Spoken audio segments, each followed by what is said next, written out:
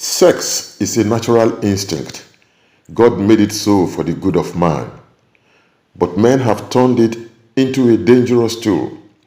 It is ravaging government and corporate institutions, even the Nigerian Senate, where we've seen rowdy sessions and walkouts. Now it is ravaging a university in Abuja, where a lecturer is doing bad things with girls. And the ripples of that scandal are spreading across all Nigeria's universities. The status of university girls will never be the same. Here is the story. Watch it to the end. At Mountain Peak University, nestled on the outskirts of Abuja, Nigeria's sprawling capital, a quiet war simmered beneath the surface of academic routine. A war not fought with physical weapons, but with choices, silence, and the bodies of young women.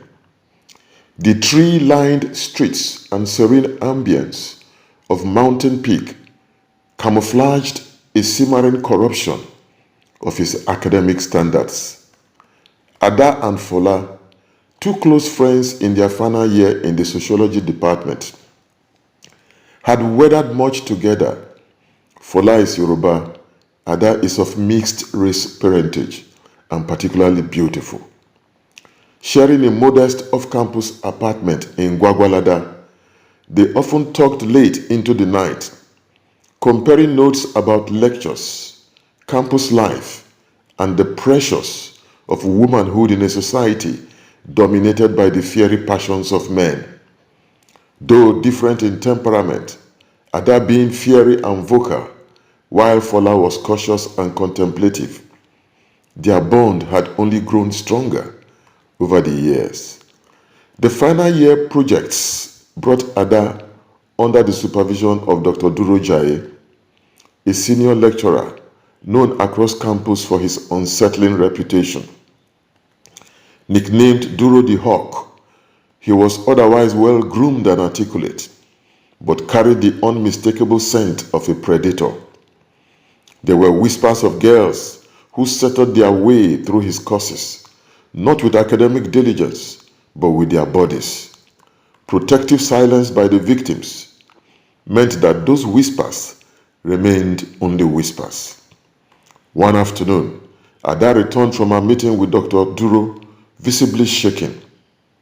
"He said my manuscript lacks depth," she muttered. What disgusted me most was he leaning close and telling me I was lucky to be so beautiful. Fola stared at her. "He said that?" she asked. Ada nodded. "He said he could reconsider his opinion if I met him for private coaching. I fully understand what that means." Fola's jaw tightened. That man is a devil. Remember how Halima changed her course because of him? The same man, the hawk. Ada dropped wearily on the center table. "But this is final year.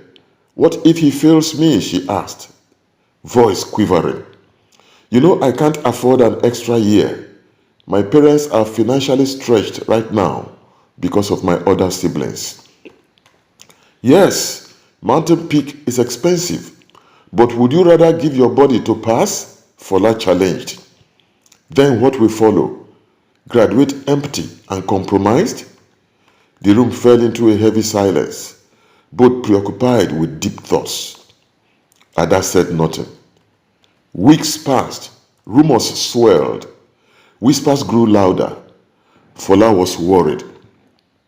She noticed Ada had become somewhat withdrawn, unusually quiet, and dashed often to the bathroom in the morning. Ada missed a lecture, then another. Eventually, her silence told the story her mouth refused to speak. She was pregnant. Fola was outraged. The campus buzzed like a disturbed beehive.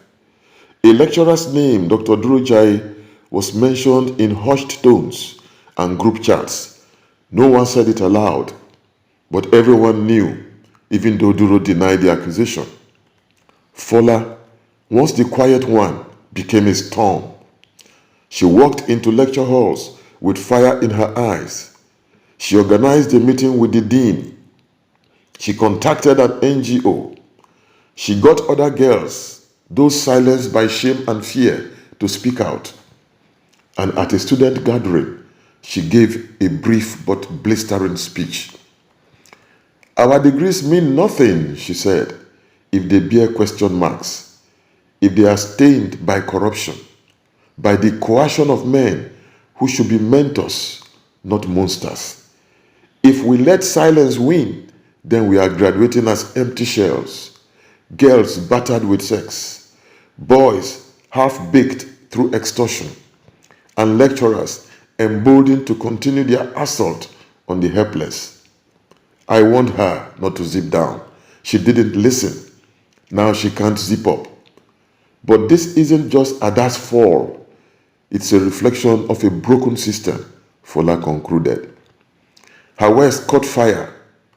A formal petition was submitted to the University Senate. Media houses picked up the story. The university, under pressure from the Ministry of Education and civil society groups, launched a probe. Dr. Durojaiye was suspended, pending investigation. Eventually, more victims came forward and he was dismissed. This is what happens when we all rise against oppression. The few cannot defeat the many, an exultant Fola posted on her Facebook page. Ada, shamed by her pregnancy, left campus quietly one evening. Her face was pale but calm. Fola walked her to the motor park, holding her hand all the way. I'm sorry, Ada whispered. Don't be, Fola said. Just come back stronger and help the next girl fight back. You won't be here then, Ada said, almost tearfully. Don't say that, Fola said. Our souls have been twined. We'll be in constant touch. The story spread far beyond their campus. It sparked conversations in other universities. Policies changed. Harassment hotlines were created. And for the first time, female students began to feel secure on campuses. Yet the question lingered. How many degrees out there were built, not on merit, but on manipulation? How many unemployable graduates are out there? As more employers began to doubt university degrees and insist on rigorous employment tests, it became clear when sex for grades becomes the norm, the real victim is not just individual dignity, but national progress. When a nation's daughters are exploited in lecture halls, its future is damaged. It is being slowly zipped apart.